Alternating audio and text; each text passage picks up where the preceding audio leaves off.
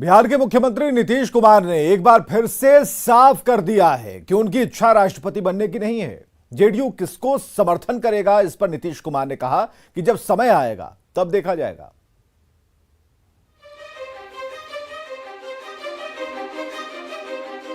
बिहार का विपक्ष आपको कैंडिडेट के रूप में मानता है? वो देखिए, क्षमा करिए, उसको मत छापिए बिना मतलब की बात। न मेरी कोई इच्छा है न मेरा कोई है। कृपा करें, न मेरी इच्छा है और न मैं दावेदार हूँ, ये कहना है बिहार के मुख्यमंत्री नीतीश कुमार का। राष्ट्रपति पद के लिए अपनी उम्मीदवारी की खबरों को नीतीश कुमार ने सिरे से खारिज कर दिया।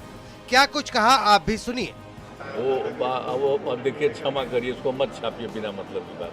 न मेरी कोई इच्छा है न मेरा कोई है।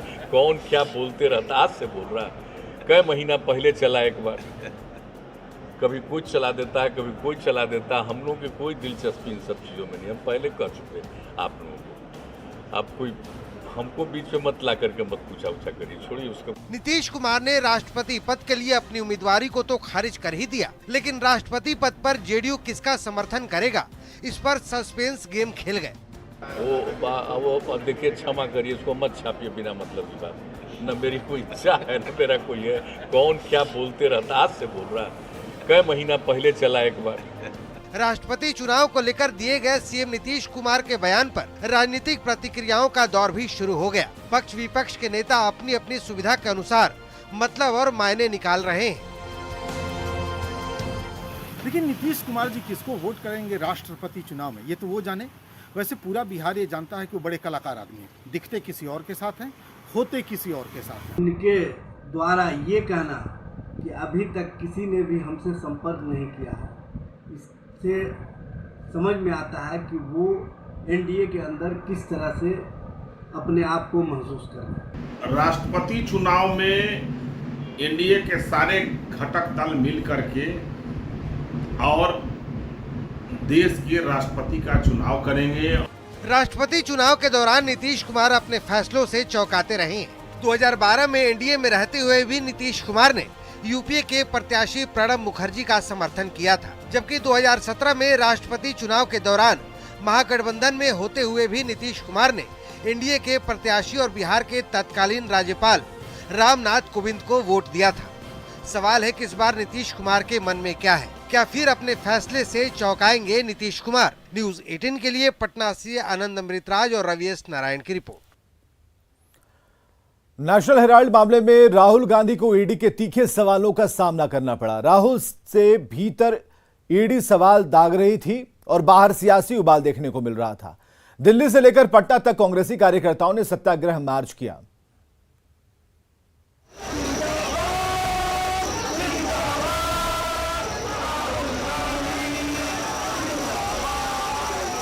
ईडी के सवालों का सामना करने से पहले सुबह करीब 11 बजे राहुल गांधी कांग्रेस ऑफिस मुख्यालय पहुंचे।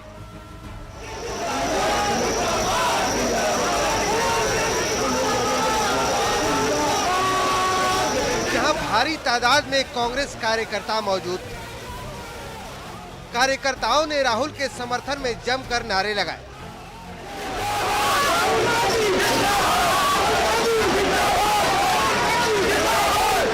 थोड़ी देर बाद जब राहुल ईडी दफ्तर के लिए निकले तो कांग्रेस नेताओं और कार्यकर्ताओं ने पार्टी मुख्यालय से ईडी ऑफिस तक मार्च किया।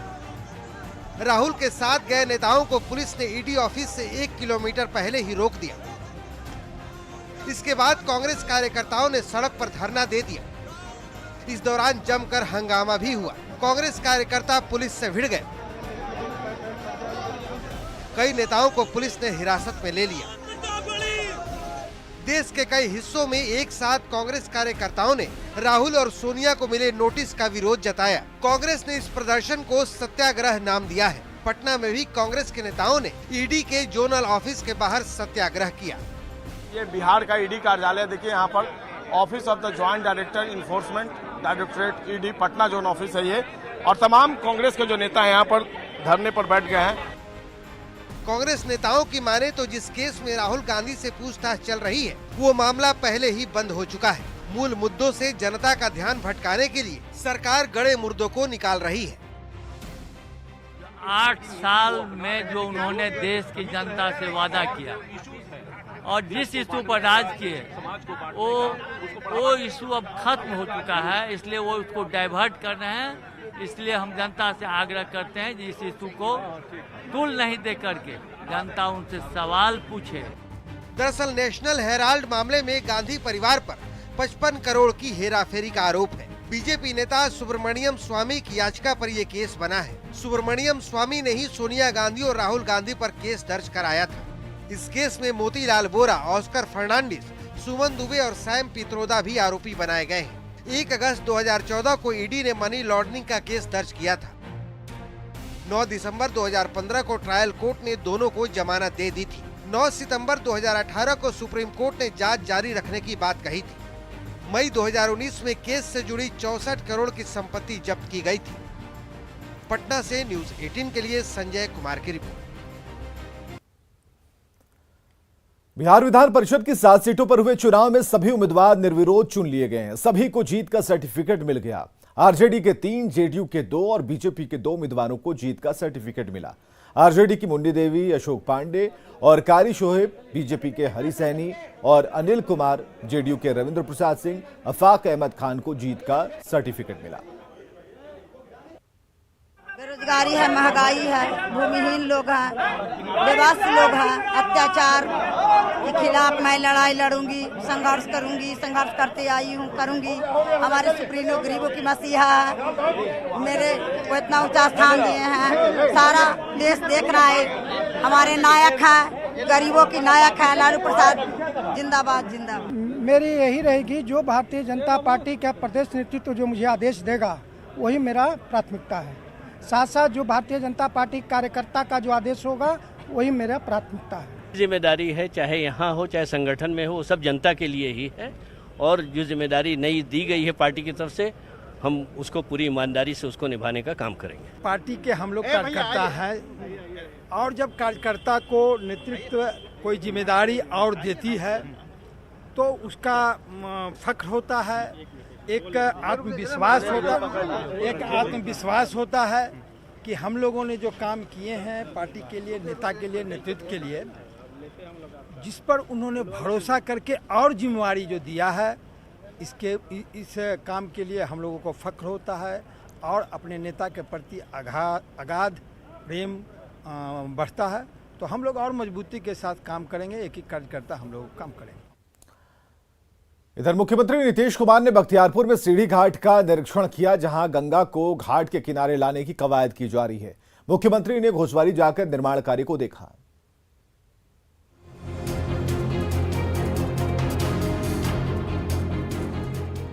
गंगा को लाने चले नीतीश। सुनकर लग रहा होगा कि थोड़ा ज्यादा हो गया, लेकिन ये मजाक नहीं, 100% सच है। बाढ़ के बख्तियारपुर में गंगा घाट का निरीक्षण करने पहुंचे नीतीश कुमार का यही मकसद है।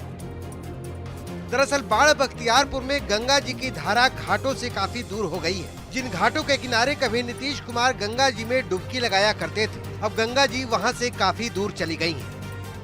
आपको हम पीछे तस्वीर दिखा रहे हैं नीतीश कुमार जिस घाट से नीचे आ रहे हैं। बचपन में इन्हीं घाटों पे गंगा नदी बगल से गुजरा करती थी, जहां पे नीतीश कुमार स्नान करने आते हैं। कई बार उन्होंने इस बात का जिक्र भी किया, और एक बार फिर से गंगा जो किनारे से काफी दूर हो गई थी, गंगा को नजदीक लाने के लिए, घाट के नजदीक लाने के लिए कवायद की जा रही है। और इस वक्त मुख्यमंत्री नीतीश कुमार आज खुद इसका निरीक्षण करने पहुंचे हैं। मुख्यमंत्री नीतीश कुमार ने बख्तियारपुर और अथमल गोला प्रखंड के घोसवारी घाट, ठाकुरबाड़ी, सीढ़ी घाट, मुक्तिधाम घाट होते हुए रामनगर घाट तक पुरानी गंगा नदी की उपधारा को पुनर्जीवित और पुनर्स्थापित करने की योजना का उद्घाटन किया। 30-40 साल पहले जहां पर गंगा की धारा बहा करती थी, जल संसाधन विभाग ने अपने भागीरथ प्रयास से फिर से वहीं लाने की कोशिश की है। रिकॉर्ड टाइम में ये गंगा नदी बहुत ही 30-40 साल पहले यहाँ से गुजरती थी। ओल्ड चैनल है ये, उसी को हम लोगों ने रिवाइव किया है।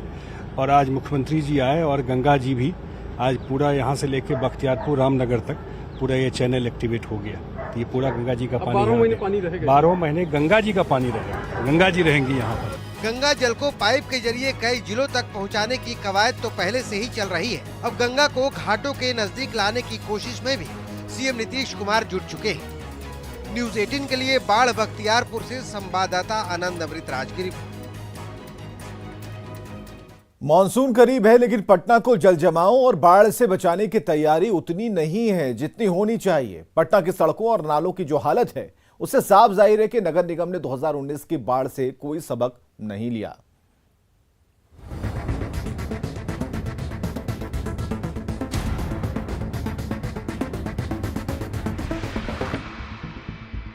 क्या फिर डूबेगा पटना? ये सवाल यूं ही नहीं है, इसके पीछे है 2019 वाला डर। दरअसल मानसून करीब है। 13 से 16 जून तक बिहार में मानसून के आने की भविष्यवाणी है, लेकिन पटना के सड़कों की जमीनी हकीकत बताने के लिए काफी है कि नगर निगम के लाख दावे के बावजूद मानसून में पटना का डूबना तय है।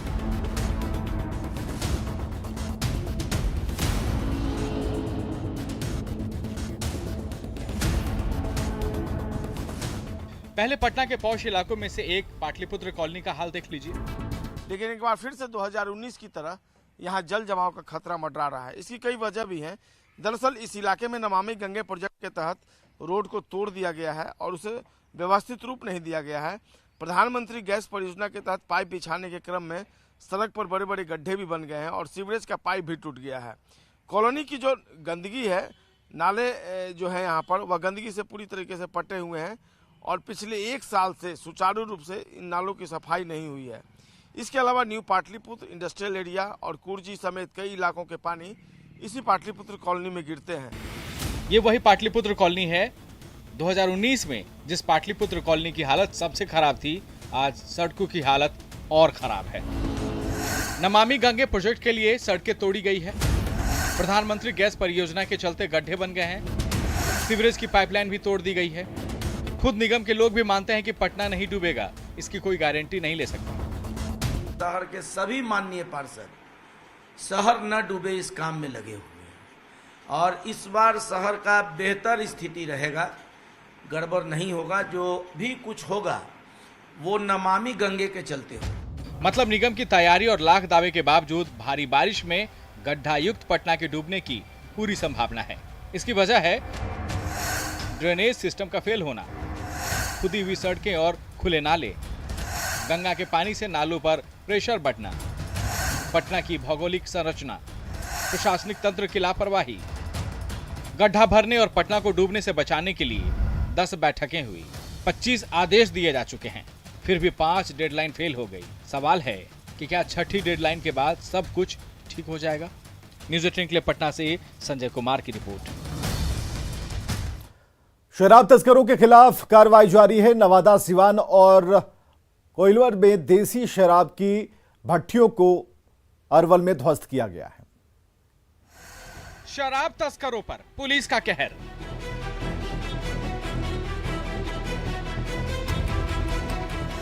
धू धू कर जली शराब की भट्टियां।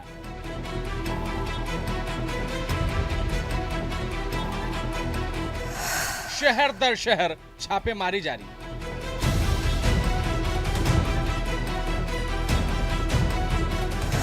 अब नहीं बचेंगे शराब माफिया।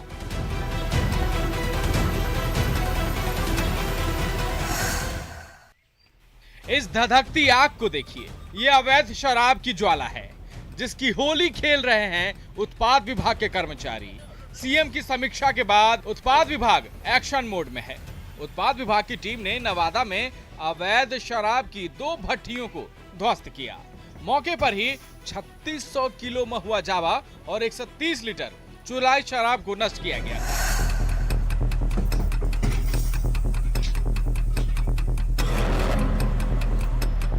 शराब के धंधेबाजों पर कार्रवाई का डंडा अरवल में भी चला।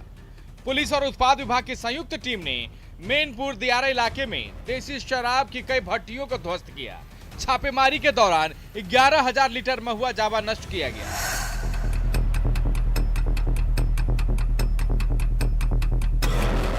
बिल्कुल ऐसी ही कहानी सिवान में भी दोहराई गई। महाराजगंज के चंदौली गांव में पुलिस ने देसी शराब के खिलाफ छापेमारी की और 2000 लीटर चुलाई शराब को नष्ट किया। यानी शराब तस्करों के खिलाफ लगातार कार्रवाई का दौर जारी है। जमीन से लेकर आसमान तक शराब तस्करों पर नजर रखी जा रही है। फिर भी शराबबंदी में शराब का मिलना जारी है। गौर करने वाली बात यह है कि छापेमारी के दौरान ना तो नवादा में कोई शराब तस्कर पकड़ा गया और ना अरवल में और ना ही सिवान में। मतलब कोई तो है जो शराबबंदी को फेल करने की साजिश रच रहा है। न्यूज़ 18 के लिए नवादा से अनिल विशाल, अरवल से अनिरुद्ध और सिवान से मृत्युंजय की रिपोर्ट। दीघा से पीएमसीएच तक लोकनायक गंगा पथ का 8 किलोमीटर का हिस्सा बनकर तैयार और इस पथ का उद्घाटन होने के बाद मरीज एक अस्पताल से दूसरे अस्पताल घंटों के बदले मिनटों में पहुंच पाएंगे। गंगा पथ मरीजों के लिए वरदान साबित होगा। पटना वासियों का नया तोहफा तैयार। गंगा पथ को गाड़ियों के दौड़ने का इंतजार। पीएमसीएच से पटना एम्स जाना मिनटों का काम।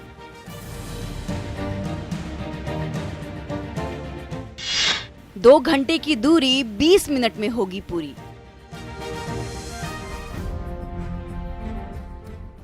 इस सड़क को देखिए, ये है लोकनायक गंगा पथ। दीघा से पीएमसीएच तक लोकनायक गंगा पथ का 8 किलोमीटर हिस्सा बनकर तैयार है। इस सड़क से दीघा एम्स एलिवेटेड रोड के जुड़ जाने के कारण पीएमसीएच से पटना एम्स की दूरी सिमट गई है। हम अभी पीएमसीएच के पास मौजूद हैं। गंगा पथ में ये ऊपर जो सड़क बन रही है वो कंटिन्यू चली जाएगी, लेकिन जो यहाँ पे जो पीएमसीएच में लोग आएंगे वो इस रास्ते यहाँ नीचे शहर में इसकी कनेक्टिंग रोड बनाई गई है और इस रास्तों को होते हुए आप सीधे पीएमसीएच में चले जाएंगे। आपको कहीं जाम में फंसने की जरूरत नहीं होगी। दीघा से पीएमसीएच तक 8 किलोमीटर तक बने गंगा पथ को शहर से जोड़ दिया गया है। शहर में प्रवेश के लिए 4 रास्ते बनाए गए हैं। अगर किसी मरीज को पीएमसीएच से एम्स में शिफ्ट करना हो तो अब 1.5-2 घंटे नहीं बल्कि मात्र 20 मिनट लगेंगे। दीघा से पीएमसीएच तक गंगा पथ का निर्माण भी कंप्लीट हो गया है। 4 रास्ते भी बनाए गए हैं जो इस गंगा पथ को शहर से कनेक्ट करता है। चारों रास्ते के काम कंप्लीट हो गए हैं, सिर्फ उद्घाटन का इंतजार किया जा रहा है। मतलब पटना वासियों के लिए एक बेहतरीन तोहफा बनकर तैयार है। इंतजार है तो बस उद्घाटन का। न्यूज़ 18 के लिए पटना से विनीता मिश्रा की रिपोर्ट। न्यूज़ 18 इंडिया ने टीआरपी के ताजा आंकड़ों में आज तक को पीछे कर दिया है और खबरों की तेज रफ्तार, मुद्दों पर जबरदस्त पकड़, देश के सबसे अनुभवी चेहरों की बदौलत न्यूज़ 18 इंडिया ने आज तक से बाजी मारी है। ब्रेकिंग न्यूज, ग्राउंड रिपोर्ट, मुद्दों पर बहस हो या फिर देश विदेश की खबरों का संतुलित आकलन, न्यूज 18 इंडिया पर हर कसौटी पर यह उतरा है।